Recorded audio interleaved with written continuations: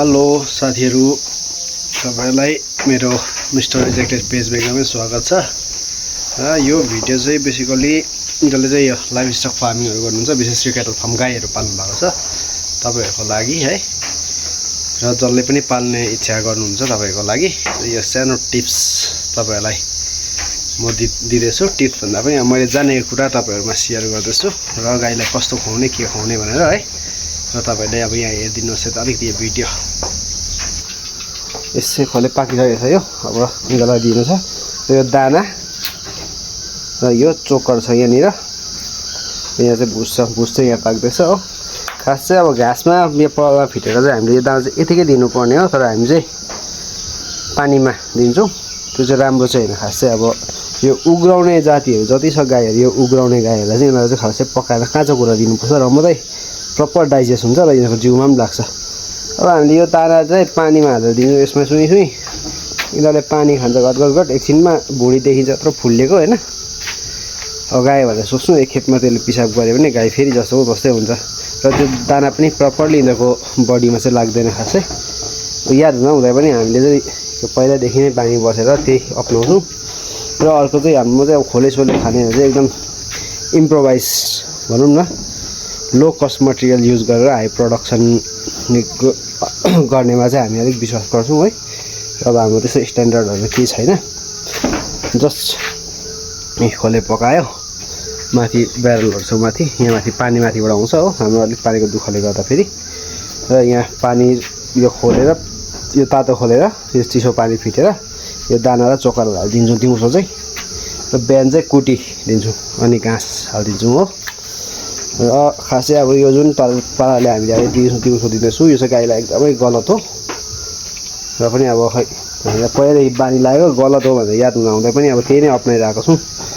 खास चाहिँ अब यो घाँसहरू जति पनि यस्तो यो लामो घाँसहरू छ कुटी छ, यसलाई चाहिँ मसिनले काटेर चाहिँ छोटो छोटो बनाएर यो चोकर र दाना यतिकै हालेर मजाले सुक्खा मुछेर दिएर चाहिँ गाईलाई चाहिँ चिसो पानी, चिसो भन्दा पनि सफा सङ्लो पानी जति बेसी गाईले त्यो सङ्लो पानी खान्छ त्यति मिल्क प्रोडक्सनको लागि चाहिँ एकदमै राम्रो हो। खास चाहिँ जब हाम्रोतिर त्यो सङ्लो पानी कन्टिन्यू जति बेला चाहे त्यति बेला दिन्छु भन्नु त अब हाम्रो अलिकति समस्या हुन्छ। यहाँनिर कोही बेला मान्छेलाई खाने पानी हुँदैन है, र त्यही भएर पनि हो। अब हाम्रो चाहिँ एकदम 24/7 रनिङ वाटर हो भने चाहिँ त्यसरी गर्न सकिन्छ, तर हाम्रोतिर चाहिँ अब त्यस्तो छैन। यदि त्यो खालको गर्नु पऱ्यो भने चाहिँ हाम्रो फेरि खर्च एक्स्ट्रा बढ्छ।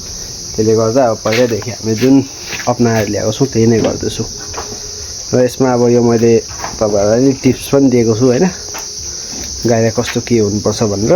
र यदि यसमा मेरो यो भनाइ है, अब 2006-07देखि पालेको हाम्रोमा गाई, त्यसले गर्दा फेरि अहिलेसम्मको एक्सपिरियन्स प्लस अब म कतिवटा भिडियोहरू पनि हेरिबस्छु यो गाईको लागि के कस्तो हुन्छ भनेर, र त्यहाँबाट सिकेको कुरा चाहिँ मैले तपाईँहरूप्रति सेयर गरेको होइन। र यहाँनिर केही मैले गलतहरू भयो भने तपाईँहरूले यसो कमेन्ट गरेर मलाई करेक्ट गरिदिनुहोस् है। र यो तपाईँहरूलाई ठिकै लाग्यो र तपाईँहरूकोतिर पनि 24/7 पानी रनिङ वाटर छ भने तपाईँहरूले यो तरिका अप्नाउनुहोस्। खोलेमा चाहिँ पानी हालेर या पानीमा दाना हालेर गाईलाई कहिले पनि नदिनुहोस्। गाईलाई चाहिँ भइसक्छ ड्राई खोले एकदम, र पानी चाहिँ एकदम सङ्लो पानी पिउनु दिनुहोस्।